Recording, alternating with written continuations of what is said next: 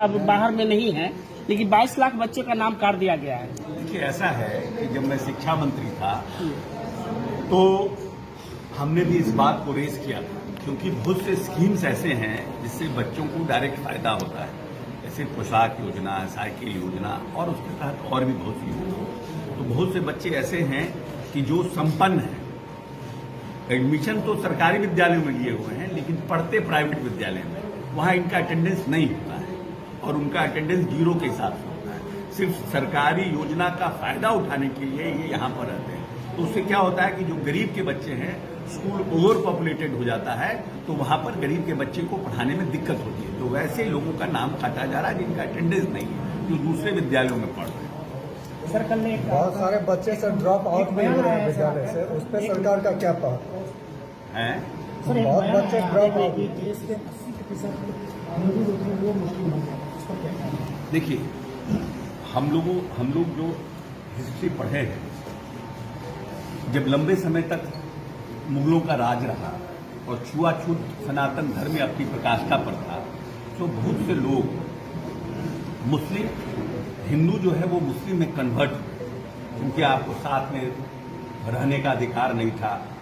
और यहाँ तक था कि जो दलित हमारे भाई थे, जो हमारे पूर्वज थे, चाहे वो चौथा पांचवा पुष्ट हो, छठा पुष्ट हो, इनके पछुआ में झाड़ू बांध दिया जाता था कि उनका पैर का जहां जहां दाग पड़े वो अपने ही झाड़ू से उस अपने दाग को मिटाएं, क्योंकि उस पैर के दाग पर भी अगर कोई चढ़ जाता था तो माना जाता था कि वो अपवित्र हो गया, और उनकी छाया से भी लोग डरते थे।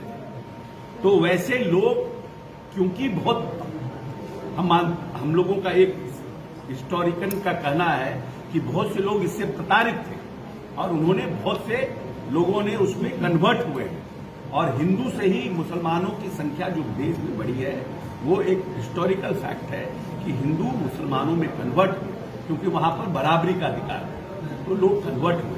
इसीलिए जो लोग विदंगड़ा खड़ा कर रहे हैं हिंदू मुस्लिम के नाम पे, उसमें हम ये कहते हैं कि ये गलत बात है। ये सब हमारे भाई हैं, और सबका ऐसा तो है नहीं कि एक घर में कोई व्यक्ति तोता रखता है, एक गाय रखता है, उससे उसको प्रेम हो जाता है और लोग प्रेम उससे करते हैं, लेकिन एक इंसान जो दूसरे धर्म का है उससे बैर करता है।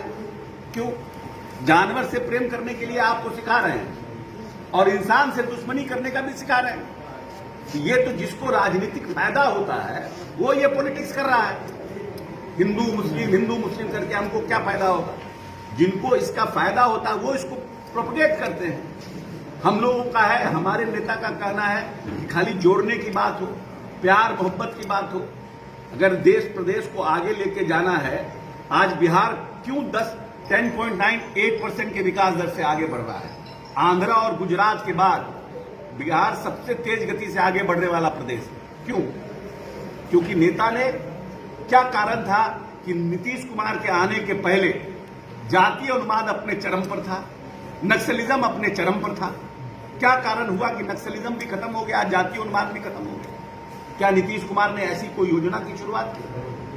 नीतीश कुमार ने ऐसा कोई एंटी नक्सलिज्म कोई स्कीम चलाया, पुलिस पर एक्टिविटी को बढ़ाया? लेकिन क्यों खत्म हो गया?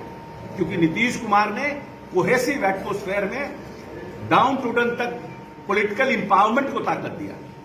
जब उन्होंने अति पिछड़ों को, दलितों, महादलितों को पंचायती राज चुनाव में व्यवस्था की और उनको खुद इंपावर्ड किया, पंचायती राज व्यवस्था में थर्ड जो हमारा तीसरा टियर है, उसको जब उन्होंने अधिकार दिया तो लोगों को लगा कि ये हमारे पास डायरेक्ट पावर आ रहा है। उसके बाद नक्सलिज्म भी खत्म हुआ, जातीयता भी खत्म हुई।